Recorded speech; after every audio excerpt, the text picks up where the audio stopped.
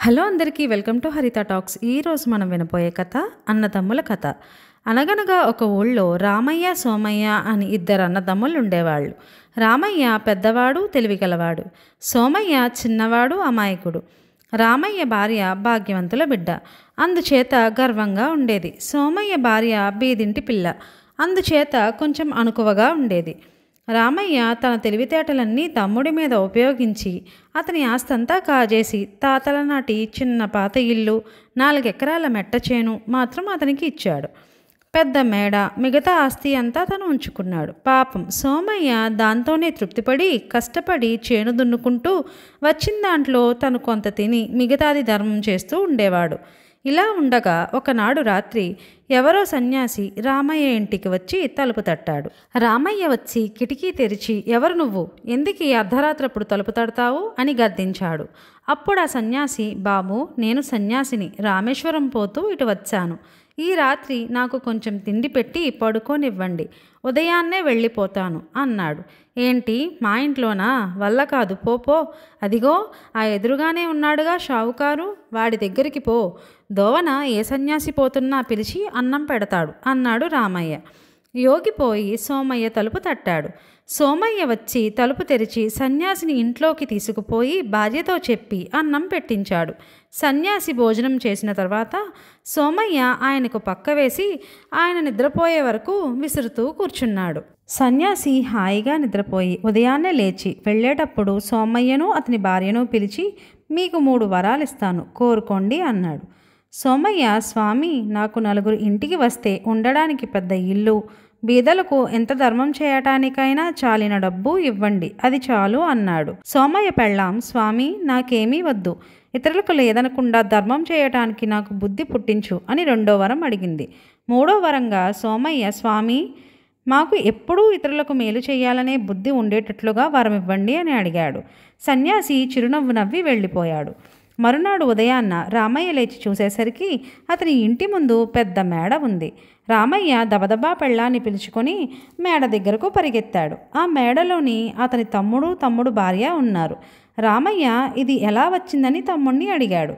సోమయ్య రాత్రి జరిగిందంతా పూసగుచ్చినట్లు చెప్పాడు. ఇక రామయ్య పెళ్ళానికి కడుపుబ్బరం ఆగలేదు. మొగుడిని గుర్రం ఎక్కిపోయి సన్యాసిని పట్టుకురమ్మని బలవంత పెట్టింది. అతన్ని పిలుచుకొస్తే రాజులాగా చూస్తానని హామీ కూడా ఇచ్చింది. రామయ్య గుర్రం వేసుకుని వెళ్ళాడు.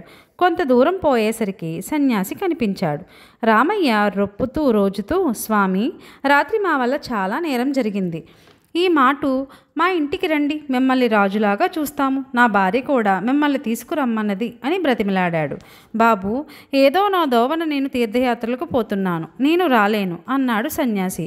అలాగైతే ఎట్లా స్వామి, నా భార్య ఊరుకోదు, మీరు రాకపోతే కనీసం మా తమ్ముడికిచ్చిన 3 వరాలనైనా ఇచ్చి వెళ్ళండి అన్నాడు రామయ్య. సన్యాసి రామయ్య వదలడని అనుకుని, సరేలే నువ్వు కోరుకున్న 3 వరాలు సిద్ధిస్తాయి అన్నాడు. రామయ్య పట్టరాని సంతోషంతో గుర్రాన్ని మరీ వేగంగా పరిగెత్తిస్తూ ఇంటివైపుకు బయలుదేరాడు. గుర్రం నోటి వెంట నురుగులు కక్కుతూ భూమి మీద కాళ్ళు ఆనకుండా దౌడు తీస్తున్నది. ఇంతలో రామయ్యకు ఒక దుర్బుద్ధి పుట్టింది. గుర్రం ఇంత త్వరగా పరిగెడుతున్నదే, ఒకవేళ చచ్చిపోతే ఎట్లాగా అనుకున్నాడు. అనుకోవడంతోటే గుర్రం ఢమామని కిందపడి చచ్చింది. రామయ్య గుర్రంతో పాటు కింద పడ్డాడు. పడి లేచి దుమ్ము దులుపుకొని చచ్చిన గుర్రాన్ని వదిలిపెట్టి వెళ్ళడానికి బుద్ధి పుట్టడం లేదు. అయినా ఏం చేస్తాడు, వెళ్ళక తప్పదు. గుర్రమా చావనే చచ్చింది, ఈ జీను వదిలిపెట్టడం ఎందుకా అని దాన్ని తీసుకుని నెత్తిన పెట్టుకుని బయలుదేరాడు. కొంత దూరం వెళ్ళేసరికి అతనికి జీను బరువేసింది. పెళ్ళాం మాటలు విని ఇంత దూరం వచ్చినందుకు అతను విసుక్కుని పాపమ్మని నన్నేమో యోగి కోసం పంపి తను హాయిగా ఇంటి దగ్గర కూర్చుంది, ఈ జీను దాని నెత్తిన ఉంటే తెలిసేది నా కష్టం అని అనుకున్నాడు. ఇతను అనుకోవటమేమిటి, ఆ జీను మాయమవ్వటమేమిటి, రెండూ ఒక్కసారే జరిగాయి. రామయ్య 3 2 వరాలు ఇలా ఊరికినే పోగొట్టుకుని కాళ్ళీడ్చుకుంటూ ఇంటికి వచ్చాడు. ఆమె నెత్తిమీద జీను ఆమె రామయ్యను చూడగానే మండిపడుతూ, ఏమిటిది, ఎట్లా వచ్చింది నీ జీను నా నెత్తి మీదకి అని అడిగింది. రామయ్యకప్పుడు తను అనుకున్న మాట జ్ఞాపకం వచ్చింది. ఇదిగో జరిగిన పొరపాటేదో జరిగిపోయింది, నువ్వు ఓర్పుగా జీను మోస్తూ ఉండు, మన దగ్గర ఇంకొక వరం మిగిలి ఉన్నది, దీంతో మనం ఏదైనా మంచి వరం కోరుకుని ధనవంతులమై హాయిగా ఉందామన్నాడు. ఈ మాట వినే వరకు అతని పెళ్ళాం మండిపడింది. నువ్వు నీ డబ్బు పోయి గంగలో పడండి. ముందు నా నెత్తి మీద జీను దించు, లేకపోతే బాగుండదు చెప్తున్నాను అన్నది. పాపం రామయ్య పెళ్ళానికి భయపడి జీను ఊడిపోవాలని కోరుకున్నాడు. జీను ఊడి కింద పడింది. చూశారా, రామయ్య దుర్బుద్ధితో ఎంత కష్టపడి తెచ్చుకున్న 3 వరాలు ఎట్లా మట్టిలో కలిసిపోయాయో. ఈ కథలో నీతి: ఇతరుల ఎదుగుదలను చూసి ఈర్ష్యపడే వాళ్లకు వరాలు కూడా సాయపడవు. కథ కంచికి, మనం ఇంటికి.